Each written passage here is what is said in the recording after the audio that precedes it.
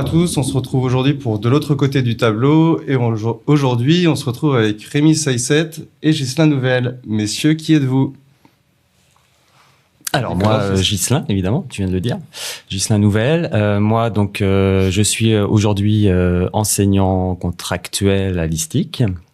Voilà, j'ai fait 10 ans dans le privé avant ça. Ensuite, j'ai fait quelques années ici en tant que responsable de la PFT Mobi, qui était une PFT dédiée aux entreprises, au support aux entreprises. Et qui faisait principalement sur les métiers du bâtiment intelligent, Okay. Bâtiment numérique et bâtiment intelligent.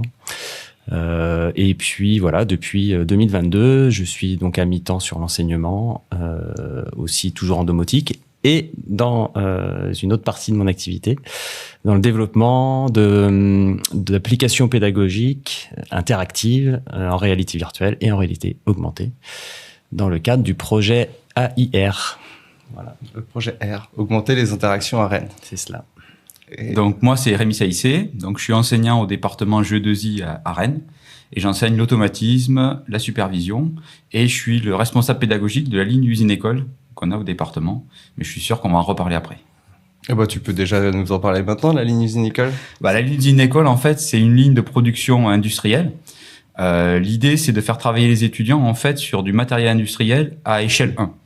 Donc, on avait des petites maquettes pédagogiques, mais le problème, c'est quand les étudiants partaient en stage, ils avaient des problèmes pour passer à l'échelle industrielle. Et là, l'idée, c'est d'avoir une ligne complète, donc avec du matériel industriel, et on appelle ça la ligne du futur, parce qu'il y a même du matériel qui n'est pas encore installé dans les entreprises.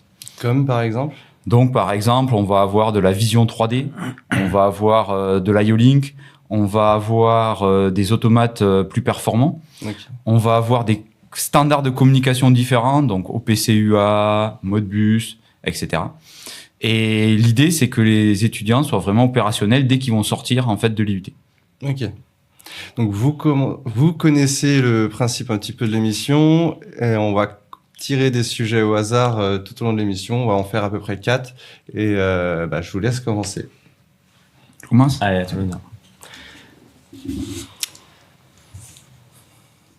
Alors, défis rencontrés en tant qu'enseignant. Vaste sujet, défis rencontrés. Là, cette année, moi, je sais que tu as eu quelques défis quand même. Alors, des défis, il y en a toujours. Cette année, on a lancé un projet Escape Game en réalité virtuelle. Ouais. Et du coup, on n'a pas pu acheter de casque de réalité virtuelle tel qu'on les voulait. Et du coup, on s'est adapté avec ce qu'on avait. Donc, c'est Ghislain, justement, qui a fait le transporteur. On a demandé des casques de prêt et on a amené des casques à chaque séance. Ouais. Mais ce qui est important dans les défis, en fait, c'est qu'il faut les relever. Ouais. Et on a réussi à relever les défis et on a réussi à faire tourner ce projet et à bien réussir, je pense. Ouais, je confirme ça. On a fait au mieux pour que les étudiants puissent faire leur projet, qu'ils puissent travailler tel que nous, on l'avait imaginé. Ils l'ont peut-être pas fait dans les conditions les plus confortables qu'ils soient, mais on a été résilients. On a réussi à quand même faire le projet et l'emmener à son terme, quoi. Parce qu'il y avait combien d'étudiants du coup ? 3 groupes de 12 à 14 étudiants. Ok. Et combien de casques ? Eh bien, on avait 3 ou 4 casques, suivant les... Un par groupe. Donc un par groupe, par équipe. Par ouais. équipe. Ouais, un par équipe, donc ce qui nécessitait des débranchements, rebranchements, Voilà, c'est ça. qui étaient pas pratiques, qui sollicitaient aussi le matériel pas mal. Les câbles USB sont fragiles, les connecteurs aussi sur les PC. Donc voilà, c'est pas forcément très bon pour les machines, mais bon, pour l'instant on a T'avais réussi. besoin aussi du casque pour développement perso. Enfin, pro plutôt, mais oui, il fallait que de je ton ramène côté, les casques c'est ça régulièrement. Toi Ouais. aussi, pour le showroom, il fallait avoir les casques à dispo. Ouais, bon, il a fallu s'adapter. On préférait avoir plus de matériel, évidemment. Les défis sont à relever, c'est toujours pareil. Ouais. Après, en tant qu'enseignant, il y a plein de défis. Moi, ce qui me vient le premier en tête, c'est le fait d'avoir des étudiants de niveaux différents, en fait. Ça, c'est vraiment un défi hyper important pour l'enseignant. C'est-à-dire qu'on va avoir des étudiants de tous les niveaux et il faut arriver à s'adapter à ces niveaux-là, quoi. Peu importe justement le niveau but 1, but 2, but 3, master, tu ressens cette hétérogénéité dans les groupes ? Ouais, toujours. Toujours ? Alors, plus en but 1, peut-être, parce qu'il y a vraiment tous les niveaux. Mais même en but 2 et en but 3, on a encore des niveaux différents. Même en master 1, master 2. Donc, on a un master, en fait, qui est en collaboration avec Redon. donc sur la partie automatisme et robotique. Et là aussi, on a des niveaux qui sont très différents, en fait, des étudiants qui sont très disparates. Et il faut toujours s'adapter à ces étudiants-là, et ça, c'est très, très compliqué. Et comment... Du coup, oui, c'est ça, c'est quelle stratégie tu adoptes? Alors, le plus important, déjà, c'est de connaître ces niveaux-là. C'est-à-dire de voir leur niveau, et donc, on va pas en demander autant à tous les étudiants. Identifier le niveau qu'ont les étudiants très rapidement. Identifier le niveau des étudiants, ça, c'est vraiment le plus important. Pas forcément en faisant une évaluation classique, voilà.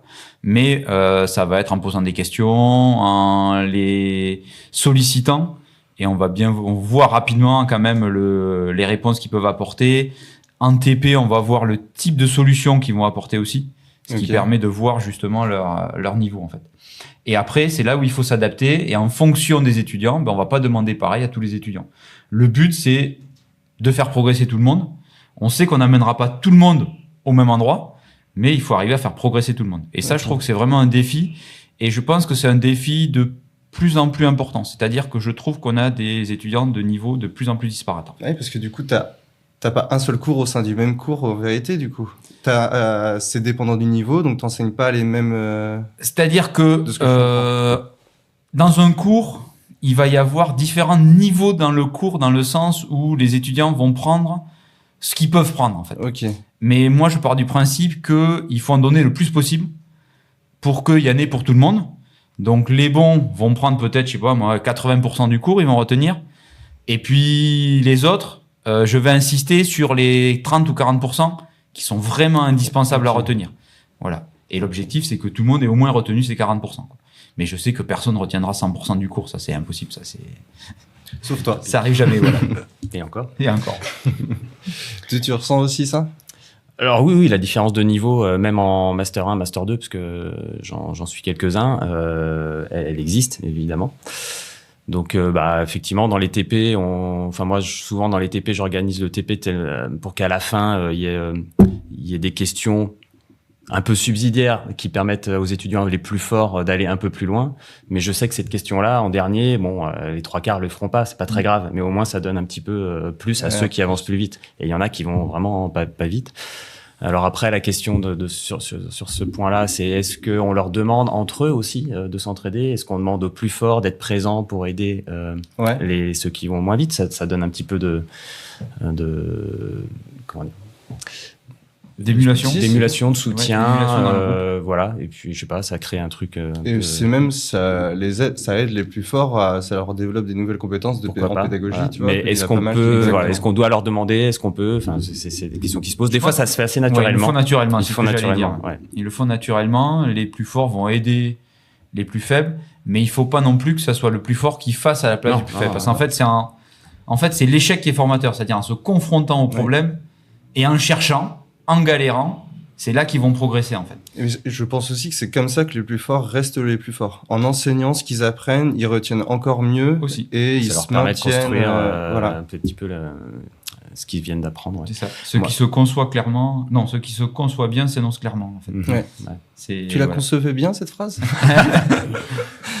C'est ça l'idée. Voilà, c'est que si on arrive à prendre du recul sur ce qu'on a appris, on est capable de le réinvestir, de le ressortir proprement en fait. Je suis assez.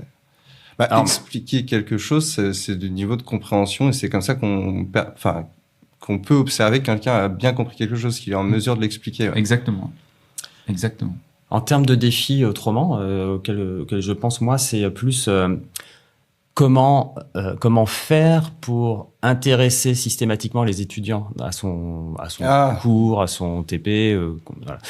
Moi, je trouve que c'est ça qui est assez dur. On a une part d'absentéisme dans certains cours, d'ailleurs. C'est des questions à résoudre. En master, des fois, il manque des étudiants dans certains cours. En CM, en TD, en TP? En CM. En CM? Ouais, en TP, en général, ça va, mais en cours. Donc, je veux dire, le défi, c'est comment donner envie aux étudiants de venir au cours. Alors, je ne parle pas que des miens, je parle globalement d'autres enseignants. Parce que parfois, il y a des thématiques qui sont très, on va dire, connexes à la formation. Moi, je repense là à un exemple. J'ai, il n'y a pas très longtemps, organisé un module développement durable pour des enseignements plutôt d'électroniciens, de master. Donc le module développement durable, pour certains, en fait, j'ai l'impression qu'ils voyaient pas pourquoi ils étaient là, alors que nous, en fait, c'est justement leur donner des ouvertures d'esprit sur d'autres sujets, quoi. Et voilà. Donc ça, je sais que il y a certains qui n'étaient pas présents, peut-être parce que on leur présente pas de la bonne manière les intérêts de ce cours ou. Pourtant, je pensais que, le développement durable, je pensais que c'était quand même une cause qui était ultra populaire chez les jeunes. Après, certains, tu vois, quoi que tu fasses, tu n'arriveras jamais à les intéresser, en fait. C'est un peu ça qui est désespérant des fois dans le métier, c'est que t'as beau coller aux thématiques, t'as beau réinvestir des choses, t'as beau trouver des nouvelles façons de l'enseigner, certains ils vont être intéressés par rien du tout. Oui, mais problème d'orientation dans ce cas-là. Exactement. Ouais. Mais bon, en master, ils auraient quand même pu s'apercevoir avant que l'orientation était mal boutiquée. Je vais aller même plus loin. Des fois, j'ai l'impression qu'ils sont juste intéressés par une note. Ah oui, ça, il y a... Voilà. Et du coup, moi, ça me pose vraiment problème. Je préférais tellement qu'ils viennent s'intéresser à un sujet parce qu'ils sont contents d'apprendre quelque chose. Non, la première question, c'est monsieur, ça va être noté? Et parce que vous êtes passionné, vous aimeriez transmettre cette passion, je pense. C'est ça. Je pense, ouais. Vous êtes un peu frustré de Après, pas réussir ça à dépend faire tout le des temps. cohortes, parce que voilà, Ouais, nous, bien dans le master dans lequel j'enseigne en automatisme robotique, c'est un master donc du coup, beaucoup plus technique, en fait, Ouais. très appliqué. 80% même 90% des enseignements, c'est des TP ou des projets. Ok.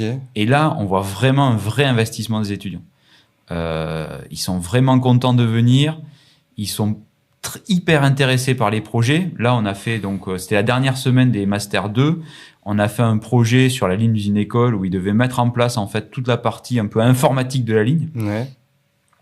Ils commençaient à 8h et le soir, des fois, jusqu'à 20h30, on était encore dans la salle parce qu'ils avaient ils avaient qu'une semaine et ils avaient envie de finir le projet, en fait. Mais c'est le côté pratique qui les motive. C'est quoi la différence du coup? C'est ça? C'est le côté pratique et le fait que, comme ils sont tous en alternance aussi, ils voient que ce qu'on est en train de leur faire faire, c'est ça qu'ils utilisent après dans les entreprises. Ouais, il y a un concret qui... Exactement. Ouais. Et c'est ce que je disais tout à l'heure, même dans les entreprises, ça y est pas encore. Donc, ils vont avoir à le mettre en œuvre. Ça, c'est des compétences à acquérir. Ça ressemble à ce que Nicolas Vigneron nous disait. Sur l'engagement des étudiants, effectivement. Ouais. Dès que tu les mets en projet, dès que tu les mets en lien concret avec ce qui se passe dans les entreprises, ils sont ultra motivés. C'est ça. Il y a peut-être cette... oui, pour ceux qui ont des problèmes de motivation, peut-être qu'ils... Comment ça se dit le verbe qui est rendre abstrait? Ils rendent peut-être trop abstrait les choses et ils n'arrivent pas à accrocher à la réalité, quoi. Mais après, ce qui est important aussi, c'est que pour arriver à faire ces projets-là, il faut avoir les bonnes fondations et les bonnes bases. Oui, ok. Et les bases, au départ, il n'y a pas le choix. Il faut passer par du cours, il faut passer par du TD, il faut passer par des exercices de répétition où on apprend justement ces bases-là. Moi, je suis pas convaincu qu'on peut tout apprendre par projet, parce qu'on va juste apprendre en fait certaines parties et il va nous manquer en fait les briques élémentaires. Ouais, mais dans les manières d'amener ces briques élémentaires, tu peux... ce qui est fait majoritairement, c'est la méthode déductive où tu amènes les informations et ensuite tu les mets en exercice, si je caricature un peu. Et déjà, traiter un cas particulier pour amener après à la théorie, ça rend déjà un peu plus concret. Donc ça, peut-être qu'il y a une manière d'amener les informations de socle de base qui peut être revue. Mais je sais que lycée, collège, je sais pas trop comment ça fonctionne toute l'université. Ça fonctionne beaucoup en déductif et c'est pas forcément la méthode la plus performante. Après, c'est aussi l'enseignement de masse qui fait ça. Hein. C'est le problème du nombre d'étudiants. Donc, on va faire des cours magistraux et...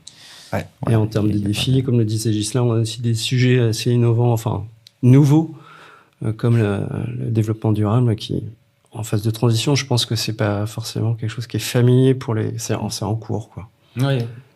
Ouais, c'est en cours, mais justement, comme tu l'as dit, c'est censé être un sujet transverse. Tout le monde devrait s'en emparer, en fait. Mais on voit que ça parle pas sans doute à tous, quoi.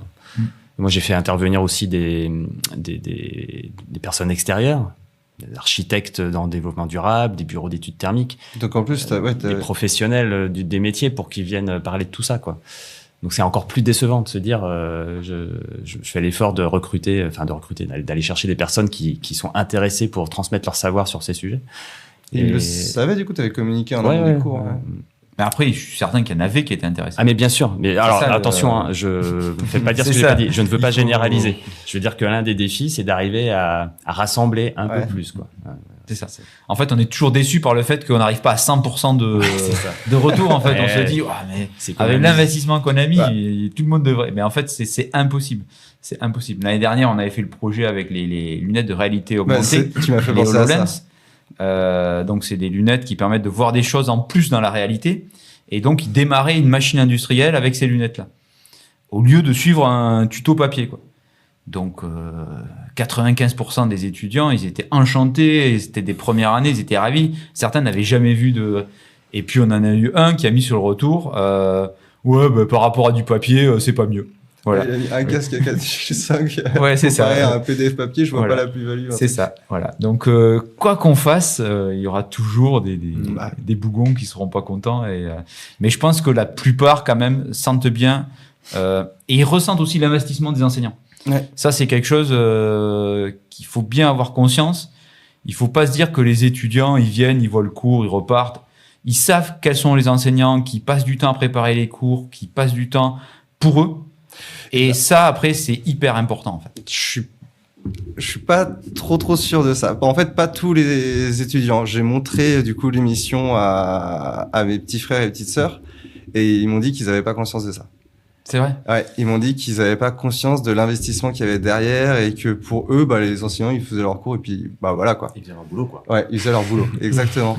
Moi, je pense que le retour qu'on a à l'UT, c'est que les étudiants, entre les enseignants, ils voient bien quels sont les enseignants qui vont passer du temps à préparer les choses et qui vont s'investir pour eux, qui vont, moi, le soir, quand je reste jusqu'à 20h30 pour les étudiants, c'est bénévole, hein. Voilà, à 17h30, normalement, c'est fini, en fait. Et ça, ils le savent. Et ça les pousse aussi à s'investir plus. Et voilà. Et oui, je trouve que ça, donnant-donnant. c'est donnant-donnant, exactement. Et je trouve que c'est valorisant aussi. Ouais. C'est valorisant pour ce qu'on fait et ça fait plaisir. Ça fait plaisir que les étudiants viennent nous voir en nous disant merci monsieur pour ces 2 années Alors là, d'enseignant. Ouais, je suis d'accord que ça arrive pas souvent, mais c'est vraiment hyper satisfaisant d'avoir un retour d'un étudiant plus tard qui revient et qui nous dit se rappeler merci pour ce que vous m'avez appris. Je repense là à un gars que j'ai accompagné dans un projet qui a créé sa boîte derrière sur la ruche connectée. Quentin, si tu nous regardes. Ça fait super plaisir. Il me rappelle régulièrement pour me dire où il en est dans sa boîte et il se rappelle à quel point on a travaillé sur son projet ici, ensemble, quoi. Voilà, il y en a quelques autres aussi, pareil. Donc ça, c'est top. Ouais. Ça donne du vrai, du sens. C'est ça. Et c'est pour ça qu'on fait ce métier-là aussi. C'est aussi avoir ce retour des étudiants, en fait. Ouais. Si c'est juste venir faire son cours et repartir et avoir aucun contact avec les étudiants, ça, c'est quelque chose qui, moi, je le conçois pas, quoi. Et c'est pour ça que l'enseignement à distance ou en virtuel, comme on a connu pendant le Covid, ça a été hyper compliqué. Moi, j'ai très, très mal vécu, quoi. C'est marrant. Le Covid, il revient souvent. Oui, ça a dû traumatiser. Parce que, en fait, avant le Covid, on avait beaucoup justement de gens qui nous parlaient de faire tout à distance, parce que effectivement, qui vendaient la formation numérique. Qui vendaient les formations à distance, les formations numériques, ça permettait de désengorger les amphis, ça permettait d'avoir moins de locaux, tout le monde pouvait rester chez lui et regarder les cours à distance. Je pense que le Covid a montré ce que c'était et plus personne n'en parle de la façon dont on en parlait avant le Covid, en fait. Et je pense que c'est un bien. Voilà. Oui. Je pense que l'interaction avec l'enseignant est hyper importante. Ne serait-ce que pour poser une question, quand on n'a pas compris quelque chose, c'est toujours plus facile quand on est en cours que quand on est derrière son écran, qu'il faut interrompre tout le monde, que voilà, c'est... Moi, je suis convaincu que c'est aussi... Les étudiants, s'ils voulaient se former sur n'importe quel sujet, ils pourraient le faire. Il suffit juste d'être motivé. Maintenant, tu trouves à peu près tout type d'informations. Il faut juste contrôler les sources, mais ça, je pense qu'ils peuvent apprendre à le faire. Ce qu'ils viennent chercher avec nous à l'université, c'est d'avoir un expert aussi avec qui dialoguer et un groupe avec qui échanger. Donc, toute cette interactivité sociale qui est perdue quand tu passes tout à distance. Pour avoir fait les deux, moi, je suis issu d'un parcours où je me suis formé majoritairement à distance et il y a eu une formation où j'étais seul, j'avais juste un tuteur. J'ai senti la différence. C'est un tuteur qui n'était pas forcément disponible. Donc oui, il y a une perte de motivation, de sens derrière l'apprentissage. C'est assez fou. Et puis, moi, je vois surtout pour l'IUT, mais l'enseignement, c'est pas juste les cours. C'est aussi être ensemble, travailler ensemble, travailler en groupe, les codes, arriver à l'heure, être ponctuel. Enfin voilà, c'est tout ça aussi qu'on apprend. C'est ça. Je pense qu'il y a un apprendre à vivre ensemble qu'on fait à l'université. C'est pas juste des connaissances. C'est apprendre à apprendre. Et puis c'est ça que les industriels ils vont rechercher derrière. Donc c'est pour ça que les formations à l'IUT sont très recherchées, qu'on a beaucoup de contacts, on a beaucoup d'étudiants en alternance, parce que justement il y a cette façon de travailler où on apprend aux étudiants à travailler ensemble et à travailler, à être performants avec les industriels. D'ailleurs, tes sous-groupes, ils ont vachement travaillé ensemble et en autonomie lors de la réalisation des escape games. Oui. Comment ça l'a fait? Du coup, ils étaient autonomes. Comment tu les as accompagnés? Alors, en fait... Ça m'a fait vachement penser à ça, la collaboration et tout, parce que là, ils étaient à la fois beaucoup entre eux et quasiment uniquement entre eux et un peu avec toi. Et toi, en fait, moi, j'intervenais à peu près 1 heure par semaine avec eux, alors que eux avaient 4 heures en fait de projet. Et moi, je venais seulement 1 heure. L'idée, c'est que justement, je sois pas tout le temps derrière eux et qu'ils soient dans la démarche de rechercher par eux-mêmes. Donc, c'est le apprendre à apprendre dont parlait Rémi. C'est ça qui est hyper important. C'est évident aujourd'hui avec l'évolution des technologies, c'est que ce qu'ils apprennent aujourd'hui, ce sera pas ce qu'ils utiliseront dans 5 ans ou dans 10 ans, et que forcément il faut qu'ils apprennent ça. Certains ont du mal à comprendre. Hein. Je suis obligé toujours de leur redire, de leur réexpliquer que nous on les forme un peu à un écosystème technologique, mais que surtout on leur apprend à se débrouiller par eux-mêmes parce que c'est ce qu'il va falloir qu'ils fassent plus tard. Et c'est vrai pour vous aussi. Ah mais non, mais pour nous aussi, vous enseignez des choses que vous n'avez pas vues. Ah bah tout à fait, oui. Bien sûr. La formation, c'est hyper important et c'est aussi hyper chronophage. Là, sur la ligne d'une école, moi, je me suis formé de A à Z, en fait. Mais, excuse-moi, tu viens pas de la chimie, toi? Alors non, moi, en fait, j'ai une agrégation de génie électrique. Ok. Mais mon premier poste, effectivement, était au département chimie, où j'enseignais ce que l'on appelait la GPA, donc c'était la gestion des processus automatisés. En fait, c'est pour les chimistes, quand ils passent de l'échelle labo, ils développent une manip sur une paillasse, une petite manip, et après, on va produire à grande échelle. Que ça soit des médicaments, des produits ménagers, ou des choses comme ça. Et donc, ils ont besoin de connaître un peu comment on passe à grande échelle. Donc, est-ce qu'un capteur, un automate, etc. Et donc, moi, je faisais cette partie-là, quoi. Qui, avec le but, en fait, a disparu. Et du coup, c'est pour ça que je suis passé après en génie électrique. Mais mon domaine, en fait, a pas changé, quoi. Mais au passage du but, c'est là où tu passes en GE2I? C'est ça. Donc, en fait, je suis en GE2I pur depuis 2 ans et demi, en fait. Voilà. Ok, d'accord. Avant, je faisais une partie de mon service en chimie. Mais par contre, j'intervenais quand même déjà dans la licence pro mécatronique. Donc, j'avais déjà un pied en GE2I. C'est pour ça que j'ai amené l'autre pied après. Ce qui a été plus simple. Ouais, parce que c'était le grand écart. Voilà, c'est ça, exactement. Mais c'était aussi intéressant. C'était aussi intéressant parce que c'était des non-spécialistes, en fait. Et il y a tout un travail à faire, justement, pour intéresser les non-spécialistes, en fait. Et ça apprend justement à vulgariser, à trouver quels sont les points importants. Et c'est vrai que voilà, quand il y a des étudiants qui reviennent en disant ah ouais, mais ça c'était hyper important, ça m'a resservi, parce que voilà, ils vont aussi travailler dans des usines, dans des unités de production, et donc ils vont avoir à travailler avec des gens dont c'est le métier. Et petit à petit, ils vont aussi monter en poste. Donc il y en a qui étaient responsables d'usine ou responsables du centre de production. Bah, il faut qu'ils puissent discuter avec les gens de maintenance, avec les gens des lignes et des opérateurs. Donc ces compétences étaient importantes aussi, quoi. Voilà. Donc c'est pour ça que j'étais en chimie. On passe à un autre sujet pour poursuivre les conversations. Ah bah, je pense que sur les défis rencontrés, on pouvait faire 1 heure. Ah ouais. Bah, je pense en plus, ça a dérivé, je pense. Ouais, je te laisse piocher le deuxième. J'espère bien. C'est pas toi qui vas tout faire. Hein. Faites attention. Allez. Qu'est-ce qu'il y a? Solution innovante au nouveau défi. Ouais, voilà. Non, bon, on va peut-être en piocher un autre. Ouais, je sais pas. Comme vous voulez. Comme vous voulez. T'as des solutions innovantes pour ces défis? Ah bah les défis, on les a évoqués, mais les solutions innovantes... Bah, je pense qu'on a évoqué aussi un peu les solutions. Je pense qu'on peut en piocher un autre. Allez, moi, je dirais quand même que... Non, mais si, on essaye quand même de mettre en place... Moi, je disais, dans l'un de mes défis, c'est comment attirer un peu plus les étudiants. Bon, bah, finalement, on essaye, typiquement, en amenant des nouvelles technologies comme la réalité virtuelle ou la réalité augmentée. Bah, on essaye de leur donner un nouvel intérêt à s'intéresser à ce qu'on fait et à faire d'une autre manière. Je repense ce qu'on a fait avec toi, finalement, qui est un challenge, le projet GE2I Escape Game. Faire développer un escape game en réalité virtuelle à des étudiants de but, du GE2I, c'était pas une évidence, quoi. Non, mais Et on s'est dit, on va les attirer sur ce domaine-là. Peut-être que la réalité virtuelle va leur donner envie. Alors, ce qui est le cas, je pense, de 70%, 75%. Après, il y en a qui, en gros, ils s'en foutaient un peu, mais bon, c'était un projet comme un autre, quoi. Faut pas croire que, il y en a plein qui me disent la réalité virtuelle, ça doit être, tous les étudiants, ils doivent adorer quand tu leur présentes ça. Mais c'est pas vrai, en fait. Moi, j'ai fait des classes où je leur proposais de rester juste après pour tester les casques. Sur une classe de 20, il y en avait 3-4 qui restaient et les autres, on s'en fout, quoi. C'est autre chose à faire. Et on a autre chose à faire. Donc il y a pas, voilà, c'est vrai que c'est assez intéressant et nouveau, donc pour beaucoup ça les motive, mais c'est pas 100%, quoi. Faut pas croire que c'est 100%. vous avez pas dit c'était quoi le but de l'escape game? Enfin, vous avez pas dit le public en gros.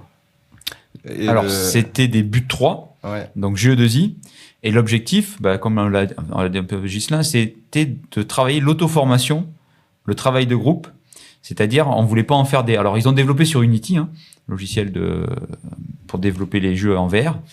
L'idée, c'est pas en faire des spécialistes. C'était vraiment travailler toutes ces compétences connexes. En fait, c'est dans un projet tutoré. Et donc, voilà, c'est des compétences autres que le... Alors, après, ça rentre dans une SAE. Oui.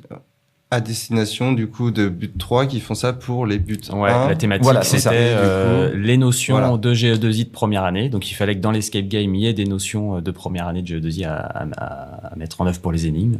Et ensuite, les soutenances, en gros, les soutenances se sont faites en présence des premières années qui ont testé les escape games et qui les ont notés. Ouais. Donc, c'est les buts 3 qui ont fait passer les escape games au but 1. Et donc là, tu as du coup, grâce au contenu créé par tes étudiants, 12 escape games sur les compétences de but 1 que tu peux faire jouer à tes futurs buts 1. Voilà. Donc là, après, il va falloir peut-être les finaliser à 100%. C'est un coup de polish sur certains. Ouais, alors, c'est ça en fait, c'est toujours ça le problème des projets. C'est qu'en fait, il y a jamais assez de temps pour les finir. Donc, ils marchent à 90%. Sauf que les 10% qu'il faut pour les finir, c'est 80% du temps qui a déjà été investi, en fait. Mais c'est le plus long. Il y en a quand même 2. Mais il y en a quelques-uns qui sont déjà, il y en a qui ont fait du travail assez impressionnant pour, oui, il y en a qui sont vraiment déjà très bien. Et l'idée l'année prochaine, c'est de relancer ce projet et de le faire sur les journées portes ouvertes. C'est-à-dire qu'on va leur donner le challenge de faire un escape game à jouer pour les portes ouvertes, donc début février. Donc là, public lycéen ? Public lycéen, voire parents. Ok. Donc, et l'idée, c'est de travailler quand même un peu sur le GE2I, donc des épreuves sur le GE2I, mais de niveau accessible à tout le monde, en fait. Voilà. Okay. Donc ça va être le projet qui va être lancé du coup, ce sont les étudiants qui se font les coachs de... Alors, les étudiants de but 3 viendront pour les portes ouvertes pour faire jouer ça aux lycéens et aux parents. Voilà. Et l'idée, c'est de faire découvrir le GE2I et l'IUT au travers de cette escape game. Voilà. Pour changer du thème des premières années, quoi. Ça, ce sera une partie. Il y a une autre partie où on leur demandera aussi de faire de la communication entre la VR et un outil comme un automate, par exemple, pour leur permettre de mettre en place des systèmes de communication numérique, en fait.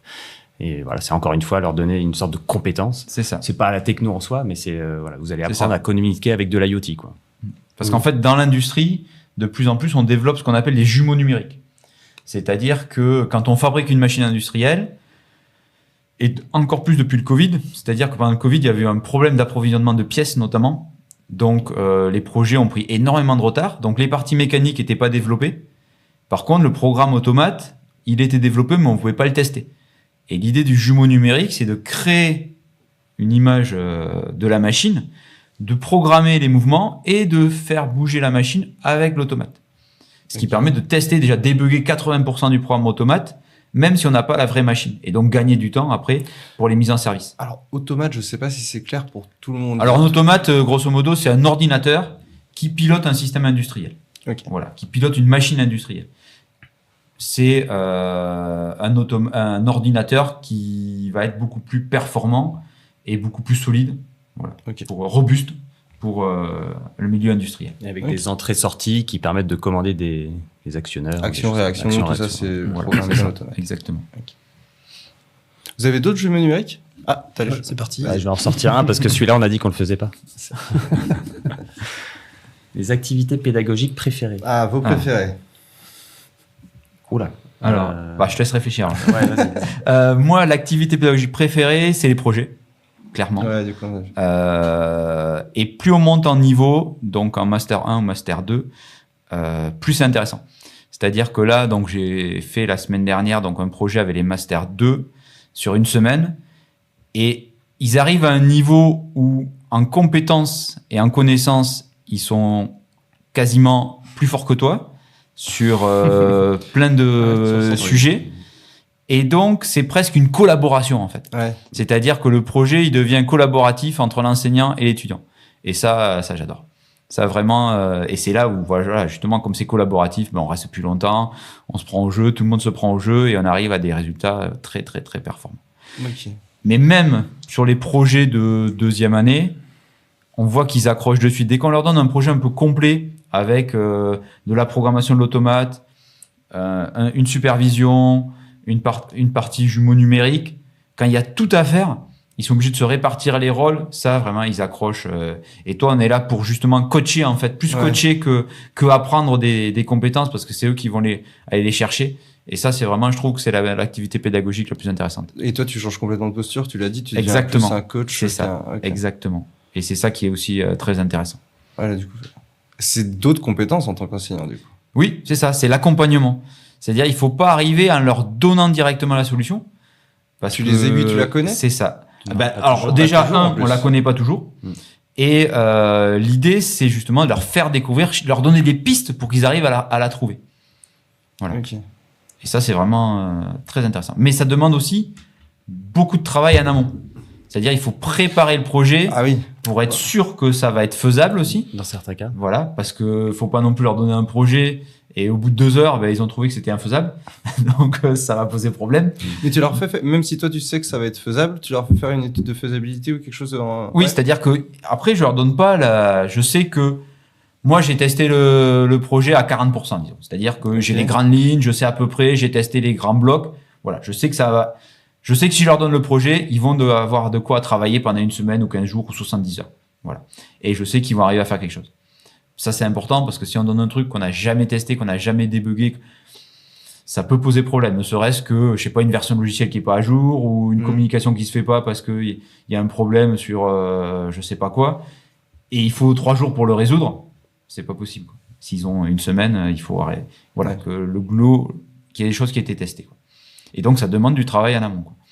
Mais après, c'est vraiment des projets sur lesquels ils accrochent et ils adorent. Et là, t'en as encore en cours? Non, là, pour la fin de l'année, c'est fini. On tourne en juin, là. Voilà. On tourne en juin, mais il me reste encore 15 jours là, de cours de Master 1. Donc là, par contre, c'est plus TP. Ok. Et un petit projet, j'ai encore un petit projet sur l'automatisme, où ils font une programmation d'un système. Et là, effectivement, je suis plus en mode coach, où je vais les guider et leur montrer aussi comment on fait dans l'industrie. C'est-à-dire qu'il y a des codes. L'objectif d'un projet, c'est pas juste trouver une solution et programmer n'importe comment. C'est leur apporter les bonnes pratiques pour qu'après ils puissent les réinvestir dans leur alternance. C'est-à-dire, on programme pas n'importe comment. Faut poser un cahier des charges, il faut lire le cahier des charges, il faut s'adapter au cahier des charges. Et puis, il faut prendre les habitudes de bien programmer. Ce que je leur dis toujours, c'est quand on programme, partez du principe que c'est quelqu'un d'autre qui va dépanner votre programme. Voilà. Tu m'avais pas dit quelque chose comme ça pour commenter ton code? Enfin, c'est un peu pareil. C'est pour ça que tu le commandes. Tu commandes parce que quelqu'un d'autre va le lire et t'es pas... Alors, ça peut être quelqu'un d'autre ou ça peut être toi dans 6 mois ou 1 an. Aussi. Et là, des fois, si t'as pas commenté, t'es dit, mais qu'est-ce que j'ai fait? Pourquoi j'ai fait ça? Ah ouais, tu comprends même plus ta... Ah bah non, il y a des fois, oui. des fois, oui, tu sais pas pourquoi t'as écrit telle ligne de commande un peu complexe, quoi. Et si tu l'as pas commenté, oui. Ok. Donc, faut le faire pour les autres, mais aussi pour soi. Et ça, c'est vraiment une habitude à prendre, en fait. Alors après, il y en a dans l'industrie qui sont malins et qui veulent pas commenter parce que ils veulent un peu se rendre indispensables et se dire il n'y a que moi qui vais être capable, voilà. Donc c'est compliqué. Mais ça veut dire que le jour où il est en vacances aussi, ouais, mais il y en a qui vont il n'y a que lui qu'on va appeler, quoi. Donc voilà. C'est pas une bonne pratique. Voilà, exactement. Normalement, c'est pas une je bonne pense pratique. que tous les profs d'info doivent leur dire qu'il faut commenter. Enfin, que je crois que je passe c'est quelque chose comme 50% du texte doit être du commentaire, quoi. Ah oui, ok. Non, normalement, enfin, c'est un peu quelque chose comme ça. Non, mais c'est vraiment important de se dire que en maintenance dans une industrie, en fait, celui qui programme, c'est pas celui qui va dépanner la machine, en fait. Donc si le programme est incompréhensible et que c'est programmé n'importe comment, bah, ça va jamais débugger, ça sera impossible à débugger. Du coup, on va toujours faire rappel à celui qui a programmé, mais il peut être plus dans l'entreprise, il peut être parti. Et du coup, tu reprends de zéro dans ce cas. cas-là. On repart de zéro, c'est une perte de temps. Vous parlez beaucoup des industries, vous êtes en lien avec plusieurs entreprises régulièrement, vous êtes... Alors ouais, vas-y. Moi, en fait, j'allais faire le lien par rapport à j'allais pas être très original d'ailleurs, parce que effectivement, l'activité pédagogique, ma préférée, c'est aussi les projets. Oh. Mais moi, je crois que depuis le début, en fait, j'ai été, entre guillemets, recruté et intégré à l'ISTIC et à l'enseignement de l'ISTIC. Pour ce profil-là, moi, je viens du privé, j'étais chez Philips avant, j'ai fait des téléphones portables, des choses comme ça, des projets. Ensuite, j'ai fait du bâtiment durable, j'étais sur le terrain aussi... intelligent, pardon, domotique, imotique, sur le terrain. Et en fait, moi, j'ai besoin de concret, quoi. Finalement, j'aime transmettre. Donc, tu es le profil des mauvais étudiants, enfin, des mauvais, il n'y a pas de mauvais étudiants, mais de ceux qu'on parlait au début, où tu as besoin de concret. J'ai besoin de concret, voilà. Et j'aime transmettre, mais j'aime transmettre sur des choses concrètes. J'aime pas, justement, l'enseignement, entre guillemets, traditionnel, quoi. Alors après, je vais pas m'en cacher. Enfin, je me suis jamais caché. Et si justement je suis à l'ISTIC, c'est parce que on m'a pris aussi pour cette particularité-là. Et donc, je fais beaucoup plus de projets que d'enseignement classique. T'es pas à 100% d'ailleurs. T'as toujours été à 50%. Oui, je suis à 50% parce que je développe dans le projet R. Et avant, tu avais la plateforme mobile. Et avant, j'étais à 100% plateforme mobile, mais j'avais quelques enseignements et TP sur nos sujets technologiques. Donc en fait, c'est ces projets-là, moi, qui me boostent aussi. Donc il y a des projets pour lesquels on n'a pas de solution immédiate et j'ai aucune idée de la faisabilité. Moi, à l'inverse, ça m'arrive, mais ça c'est carré. Je le dis aux étudiants. Je dis voilà, moi je vous coach, on est ensemble, mais j'ai pas la solution. Donc c'est à vous de faire ce travail de recherche, bureau d'études, compréhension. Et on a quand même des Master 1 et des Master 2. Hein. Je leur dis bien, l'année prochaine, vous êtes Bac plus 5, vous êtes ingé dans une entreprise. Donc votre patron, il va vous demander de chercher. Vous n'allez pas aller le voir en lui disant, bah, je sais pas, on fait comment ? Bah, je t'ai embauché, c'est pour ça, c'est pour que tu cherches. Donc nous, on les met dans ces positions-là. C'est pas grave si moi, tuteur, je connais pas la solution. Vous allez vous mettre ensemble et puis on va chercher, on va voir si c'est faisable. Et je leur explique bien que parfois, le résultat de l'étude sera que finalement, c'est pas faisable, mais c'est pas très grave. Enfin, à un moment, c'est aussi un résultat. C'est un résultat. Le fait de dire à la fin, on a travaillé sur ça, et en fait, on s'est rendu compte que ça marche pas. Ils ont une tendance, des fois, les étudiants, à vouloir omettre ça et à l'enlever de leur rapport. Mais je leur dis, mais au contraire, mettez-le dans le rapport parce que c'est ça qui nous intéresse. C'est cette démarche de recherche, ce que vous avez étudié, ce qui marche pas. Et puis l'année prochaine, le même projet, on le remet à un autre groupe.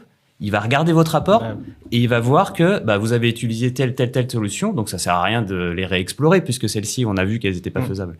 Si on le note pas dans un rapport, personne ne le saura. Donc voilà, je dérive un peu sur ça, mais c'est hyper intéressant de leur dire que l'erreur n'est pas... Par rapport à l'innovation, et par exemple, sur cette séquence de nouveaux étudiants qui prennent les anciens projets avec une étude de faisabilité qui donne... un non-lieu, on va dire. Du coup, suivant les années, avec l'évolution des technologies ou d'autres solutions qui apparaissent, on peut trouver eux vont peut-être trouver des solutions là où il n'y en avait pas avant. Ça qui ne veut pas dire que les autres n'ont pas trouvé la bonne solution, puisqu'en fait, elle est apparue entre-temps. C'est ça. Donc là, il y a ce type de projet-là, et puis il y a d'autres projets où moi, je sais pertinemment que je saurais comment le faire à peu près, et j'aurais envie d'y aller. J'ai pas forcément le temps, et des fois, on peut être frustré parce que les étudiants, on a beau les guider, ils avancent pas aussi vite que ce qu'on aurait imaginé. Et en même temps, comme dit Rémi, on leur donne pas la solution parce que c'est pas le but du projet, surtout dans ces niveaux-là. On n'est pas là pour leur donner la solution, on est là pour les orienter vers cette solution. Et il faut qu'ils y aillent, quoi. Alors moi, voilà, ça m'arrive des fois, les étudiants, ils ont fait un truc, je voyais très bien dès le départ que ça allait mal partir, mais j'essaye de leur dire gentiment, vous êtes sûrs, il y a peut-être d'autres solutions. Voilà, il faut vraiment qu'ils aillent chercher ça, quoi. Bah, l'échec est formateur, c'est toujours pareil. Hein. C'est en se confrontant à l'échec qu'on progresse, en fait. Mais enfin, à la fois les siens, mais comme tu l'as dit, partager ces échecs, ça permet aux autres bien sûr. de pas les refaire. Il faudrait. Et ça, les étudiants, ils ont du mal à le concevoir, en fait. Et si on leur, moi, quand j'étais en chimie, j'ai enseigné aussi les mathématiques. Et en fait, on leur donne une feuille d'exercices mathématiques, ils vont faire tous les exercices qu'ils savent faire. Et les autres. Et les autres, bah, ils vont dire, ah, ben non, je sais pas faire. Je leur dis, mais ceux que vous savez faire, ça sert à rien de les faire, vous savez les faire. Les seuls qui sont intéressants, c'est ceux que vous savez pas faire. Ouais. C'est ceux-là qu'il faut se mettre à chercher, qu'il faut essayer, il faut gratter du papier, il faut essayer différentes méthodes. Et ça, c'est une philosophie, ils ont vraiment du mal. Et je pense que c'est tout le système éducatif français où cette peur de l'échec, il faut qu'ils réussissent. Ils ont toujours pas compris que, justement, le fait d'échouer, bah, c'est pas grave, au contraire, c'est comme ça qu'on apprend.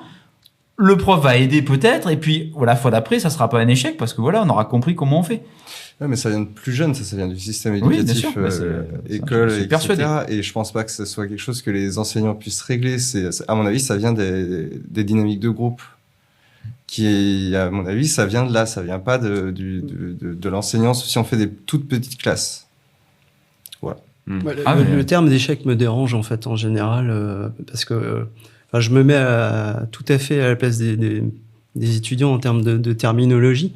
Et je préfère le terme de résultat qu'on disait tout à l'heure, parce que finalement, c'est celui qu'on cherche, c'est un résultat. Et c'est pas un échec. Ouais. Je ne dirais pas que c'est un échec. Voilà, c'est vraiment, on avance. On applique les process, on va au bout. Et on a un résultat et il est comme il est, c'est tout. Ouais, mais souvent, les étudiants, quand le résultat est négatif, ils pensent qu'ils ont échoué. Et ils n'arrivent pas à comprendre que c'est pas un échec. Ils ont quand même progressé. Mais c'est à nous de leur dire, mais non, on essaye de les rassurer. Bon, après, on leur met une mauvaise note parce qu'ils n'ont pas réussi.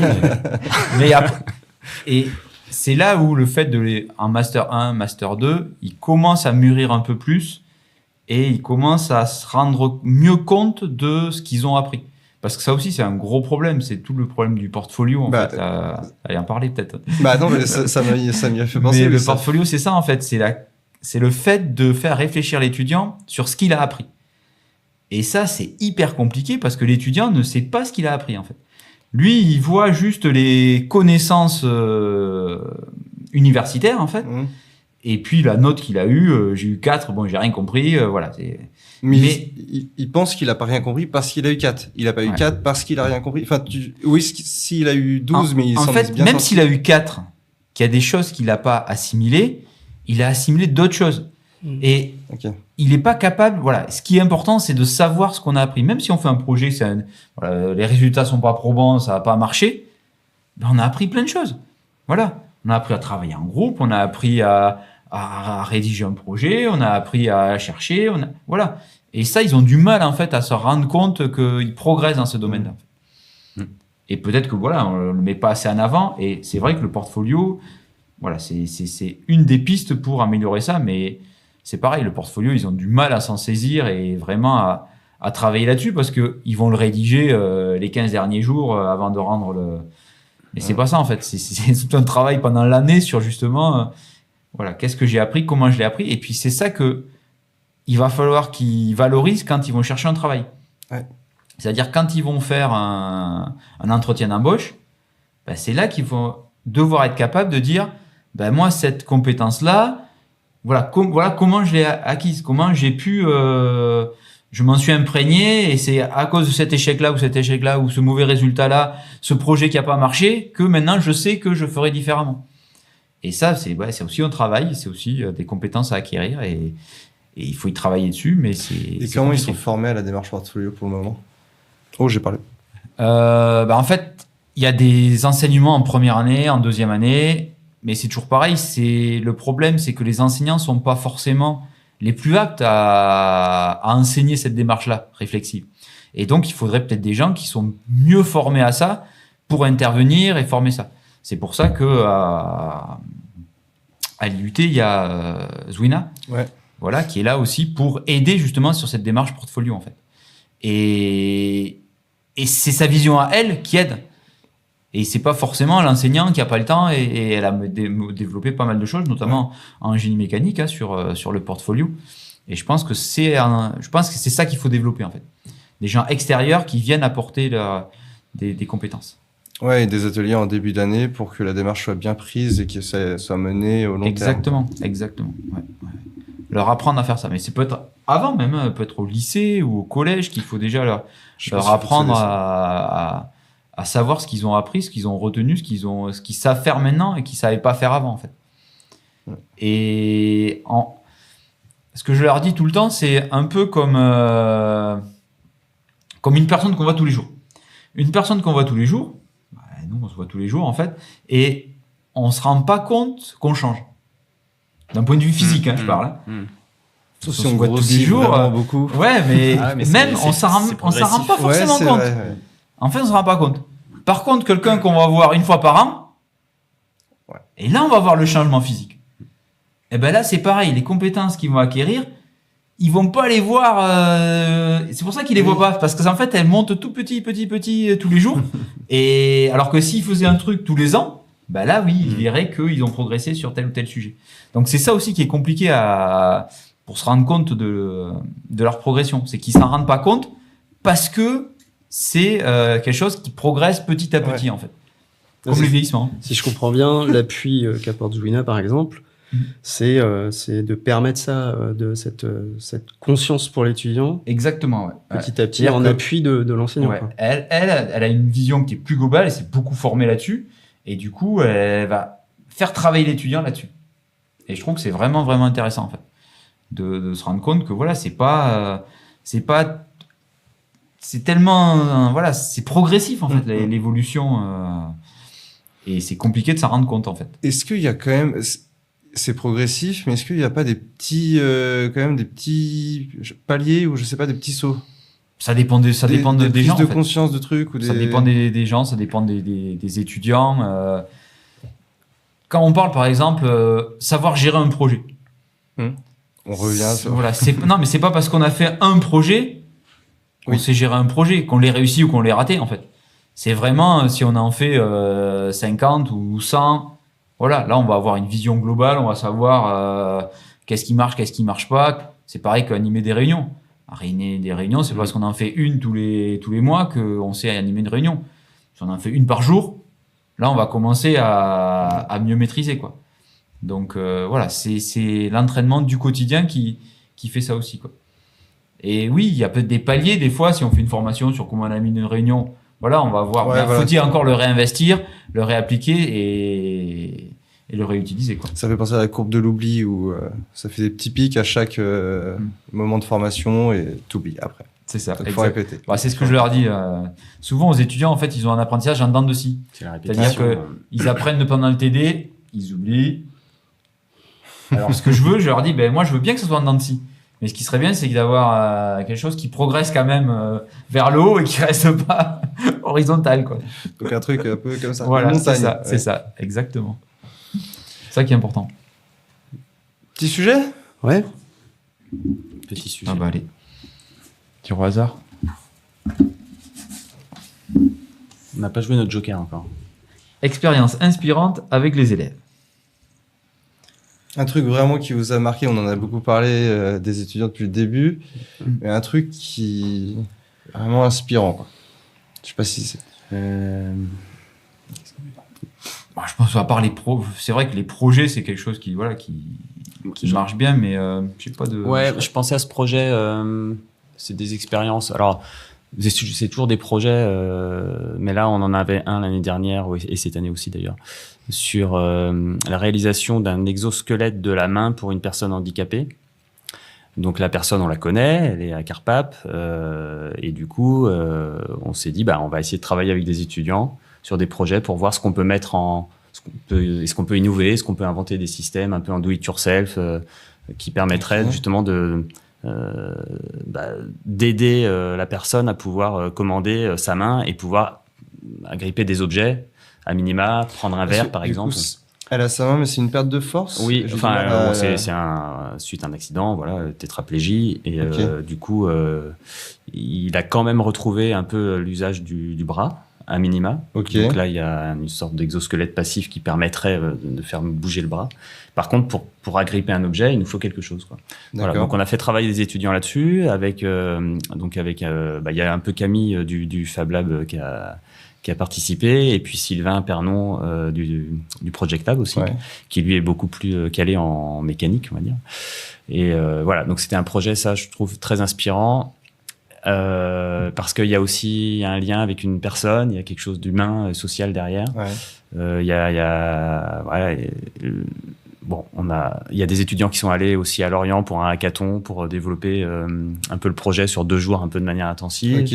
Donc ça, c'est pareil. Alors moi, j'y étais pas, mais les étudiants ont trouvé ça sympa d'avoir ce petit challenge là pendant 2 jours à Lorient. Voilà, ça, je pense que c'est une belle expérience. Bon, il y en a sûrement eu d'autres. Toi, t'en as? J'ai pas d'idées comme ça là qui me viennent. Du coup, l'exosquelette, il est rendu où là du coup? Alors, il y a eu des protos Ok. de fait. Donc, en gros, il y a une commande de la fermeture et de l'ouverture de la main par le souffle. Donc, avec un petit tuyau, on a un capteur de souffle. Ok. Expiration-inspiration qui permet d'ouvrir ou de fermer la main. Et en fait, on a un système de doigts en silicone. C'est pneumatique, donc c'est des seringues qui sont compressées, qui Ah, mais je envoient l'ai de vu, l'air dans ok. le silicone, voilà, et qui permettent par un système de fabrication du doigt, un silicone assez particulière, permettent de faire une flexion, une fermeture des doigts, quoi. Donc D'accord. du coup, on arrive à fermer, on ferme un petit peu, et puis si on aspire, on rouvre dans l'autre sens. Et la D'accord. complexité, c'est de tester ces éléments-là de manière unitaire d'abord, pour vérifier que ça marche, et puis ensuite d'en faire une solution avec 4 doigts, vraiment intégrés sur le fauteuil de la personne, avec toute la partie automatisme, énergie, pression, enfin pas hydraulique, mais pression de l'air. Donc il y a beaucoup de challenges en fait. Donc ça, c'est la 2e année. Il y a encore 2 étudiants en stage là qui ont avancé sur le projet. Je pense qu'on va continuer encore un petit peu après, quoi. Donc c'est un projet où il y a eu différents groupes d'étudiants ou c'est le même? Oui. Ah, il y a eu Ok. plusieurs groupes, ouais. Ok. Et ils repartent sur le même projet sur la suite, quoi. Ouais, c'est ça. Là, cette année, ils ont amélioré la préétude de l'année dernière. Et ils ont essayé d'en faire un truc un peu plus conséquent. Mais il y a plein de verrous techniques, technologiques à chaque fois à lever, qui sont pas faciles. Ouais. Et puis peut-être que c'est pas du tout la bonne piste et que finalement il faudra voir autre chose. Mais on essaye. La première idée, c'était des systèmes mécaniques avec des servomoteurs, des câblages ou des choses comme ça. Bon, voilà. Mais on a voulu justement essayer d'autres choses que ce qu'on a pu déjà trouver dans la littérature, quoi. Ok. C'est dingue. Beau projet. Voilà. Ouais. Moi, je vous propose de tirer un sujet Du coup, ouais. Allez. inspirant. C'est moi Ouais. qui tire. Ah, puis il y en a 2, tiens, je sais pas. La motivation des élèves, on en a un peu parlé, puisque au début, justement, je crois que c'était dans un des défis. C'est ça. Comment les Exactement. motiver, quoi. Et vous avez senti est-ce que vous avez senti une évolution sur les dernières années? Il y en a beaucoup qui. Alors, d'abord la première question, ensuite je vous dirai ce que je pense. La motivation Ouais, est-ce des que élèves. sur les 10 dernières années, les 20 dernières années, je sais pas si toi t'enseignais pas. Non, on va aller pas, ouais, on va rester à 10. Pas Moi, j'ai commencé à enseigner en 2000. Je suis arrivé à l'IT en 2004. 20 dernières années, je t'ai bien. C'est ça, ça fait 20 ans maintenant. Oui, clairement, il y a une. Alors là, J'étais au collège, moi. je sais pas si. Merci. Je sais pas si c'est la motivation des élèves qui a changé ou l'attention des élèves qui a changé. Ok. C'est-à-dire que je pense qu'ils peuvent être aussi motivés qu'avant. Ça, c'est pas un souci. Mais ils ont un problème d'attention, de manque d'attention, en fait. C'est-à-dire, c'est la concentration. 10 minutes de concentration et ils sont au bout de leur vie, en fait. Ah, c'est 10 minutes. Si vraiment c'est un truc vraiment théorique où alors pas tout, c'est toujours pareil. Non, oui. Mais voilà, il faut vraiment adapter les activités, rebondir, relancer. Et puis, en fait, ils sont toujours sursollicités là, par leur téléphone portable, en fait. Ouais. Donc, moi, en cours, c'est toujours interdit, ils n'ont pas de téléphone portable. Mais sinon, quand ils révisent, ils ont le téléphone portable qui passe son temps à envoyer des notifications. C'est le nombre de distractions qui a augmenté. C'est ça. Et ouais. du coup, ça travaille aussi le cerveau. C'est-à-dire que le cerveau, il est en manque de ces sollicitations-là, en fait, des infos qui se dit, peut-être j'ai raté des choses. Ça sécrète de la dopamine. Hein. Voilà. Et en fait, le problème des applications qui nous incitent à swiper comme ça des YouTube, et tu regardes des shorts, là, des petites vidéos de YouTube, là, voilà, ça dure, ou TikTok ou tout ce que tu veux, mais les enfants, aujourd'hui, ils sont que comme ça. Et en fait, du coup, ils passent très vite d'un sujet à l'autre. C'est très, très, très vite consommateur. C'est dangereux. Et c'est peut-être dangereux, mais c'est surtout que derrière, ça fait ces phénomènes-là. J'en parlais avec un copain, prof de maths en collège, là. Il a le même problème. C'est qu'il a des cours qu'il faisait 1 heure avant. Il a dû les subdiviser en demi-heure. Maintenant, il en arrive à des trucs qu'il faut subdiviser en 10 minutes, un quart d'heure. Parce qu'on ne peut plus les garder concentrés sur une tâche et un sujet pendant plus de 10 minutes. En fait, on a bien ce problème-là. Ouais. Ça, là, ça sécrète de la dopamine et ton effort. Et la dopamine, c'est l'hormone de la récompense, du cycle de la récompense. Et du coup, c'est un peu. Enfin, il y a plein d'expériences qui sont faites dessus. On perd le contrôle face à cette hormone assez fortement. Et du coup, on cherche limite que cette hormone. C'est ça. Après, il y en a d'autres, sérotonine, etc. Mais celle-ci a un effet très particulier sur le cerveau et on la recherche. Et avant, on l'avait avec l'apprentissage, c'était un plaisir, etc. On avait de la dopamine. Maintenant, on l'a plus parce que on compare à d'autres trucs, on en a quasiment tout le temps. Et libre service. Donc, pour revenir à la question, on pense que la motivation, ils peuvent être motivés. C'est plus un problème d'attention en fait que de motivation. Après, il y a toujours des cas particuliers. Il y en a, il y a un GE2I, au bout de 2 jours déjà, ils veulent changer de parcours, ils veulent aller faire histoire. Bon, je veux dire, ça, tu peux rien, ça, c'est comme ça. Mais sinon, je pense qu'ils peuvent être motivés. D'ailleurs, on le voit quand ils font des projets, ils peuvent être hyper investis, en fait. Mais parce que projet, pareil, tu as plein d'activités différentes dans un projet. Donc c'est là, pareil, je trouve qu'il faut diversifier les activités. Donc un projet, ça marche bien. Mais faire apprendre un cours théorique, ça marche plus. C'est hyper compliqué, en fait. Je dirais qu'il y en a aussi qui manquent de persévérance. C'est ce que je remarque. Ils sont face à un problème et ils ont eu tellement l'habitude qu'on leur donne la solution ou alors qu'elle est facile à trouver parce qu'ils ont tout sous la main avec Internet que, en fait, dès qu'ils passent plus de 5 minutes à chercher et qu'ils trouvent pas, ils disent j'y arrive pas. Comme en TP, mais ça doit bien t'arriver, quoi. Monsieur, ça marche pas. T'as cherché un peu qu'est-ce qu'il a je sais pas, ça marche pas. Et oui, mais le truc rouge, il y a écrit quoi là? Il y a écrit que l'adresse est déjà utilisée par quelqu'un d'autre. Ok, du coup tu sais quel est ton problème. C'est ça. Tu vois, et en gros tu leur fais lire les trucs, tu leur dis au fur et à mesure ce qu'ils sont en train de lire, et finalement ils répondent eux-mêmes à leurs questions. Ah mais mais en fait tu vois, je t'ai pas donné la réponse et pourtant tu l'as trouvé tout seul. Ça veut dire que tu étais capable. Mais ils sont pas assez persévérants. Ils vont tout de suite à la facilité. Peut-être qu'ils manquent de confiance en eux aussi. Alors, je pense c'est lié, mais je pense surtout que c'est une habitude qu'ils ont pris d'avoir la réponse tout de suite dans les cycles précédents. En fait, ils pensent qu'ils vont tout trouver sur Internet. Donc, ou qu'on va leur donner la moindre réponse, question, ils vont la poser à Internet ou à ChatGPT. Maintenant, ça va être ça. Ça marche pas tout à fait comme ça, en fait, la vraie vie. Non, mais maintenant, t'as raison, ça va être encore pire pour les informations. Ça va être ChatGPT.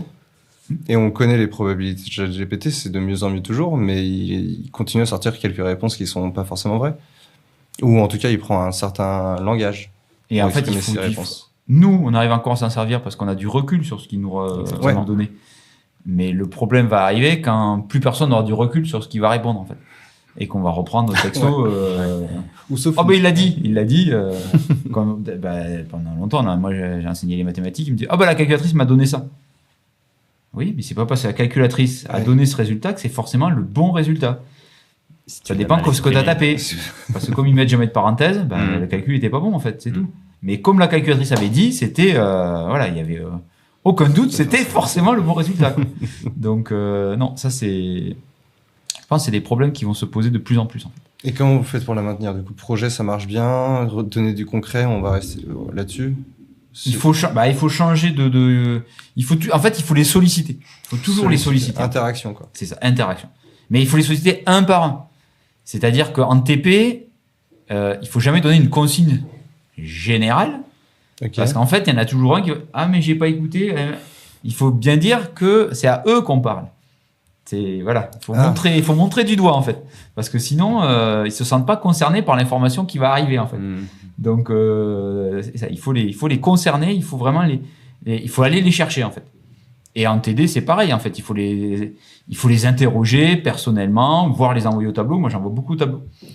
Et du coup, ça réveille tout le monde en fait, souvent d'envoyer au tableau, parce que comme ils voient qu'à n'importe quel moment ils peuvent passer au tableau pour, bah tout d'un coup, ouf là, ça, un petit coup d'adrénaline dans le cœur et ça repart pour un petit quart d'heure quoi.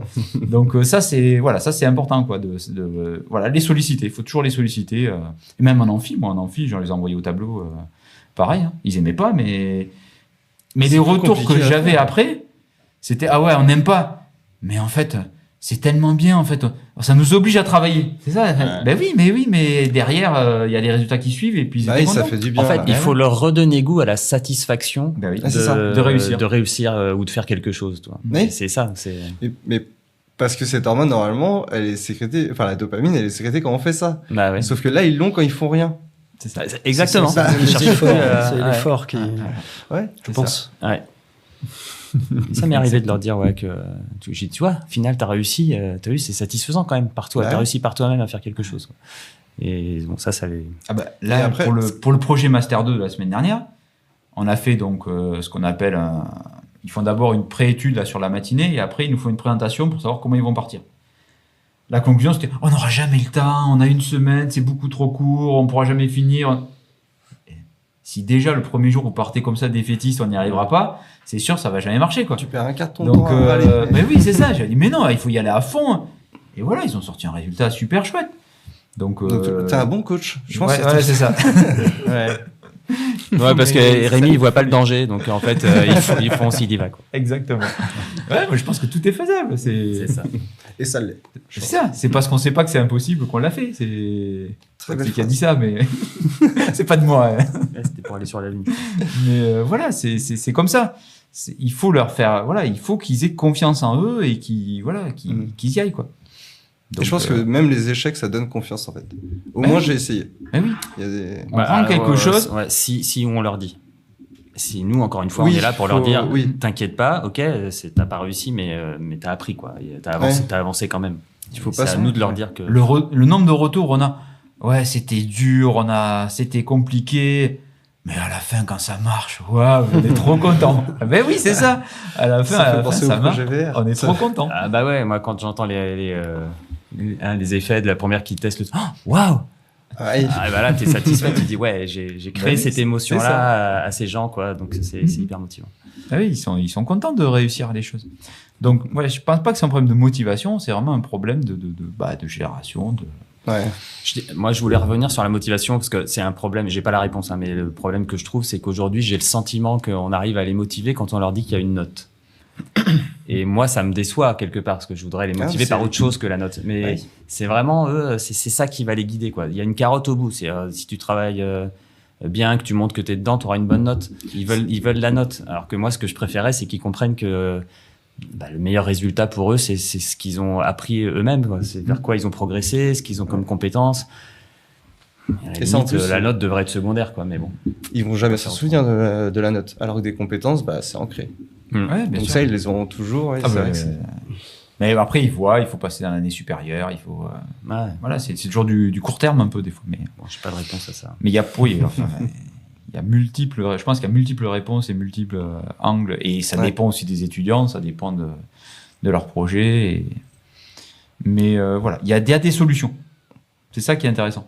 C'est il y a jamais. Attends, parce que tu sortais plein de dictons, j'essaye d'en sortir un. Il n'y a jamais un seul problème. Non. Une seule solution à un seul problème. Non, c'est quoi la personne là? On peut tromper 1000 fois une personne. Non, il y a un dicton comme ça. Il n'y a jamais une seule solution à un problème. Il y en a toujours plusieurs. Quoi. C'est vrai. Oui, je sais plus.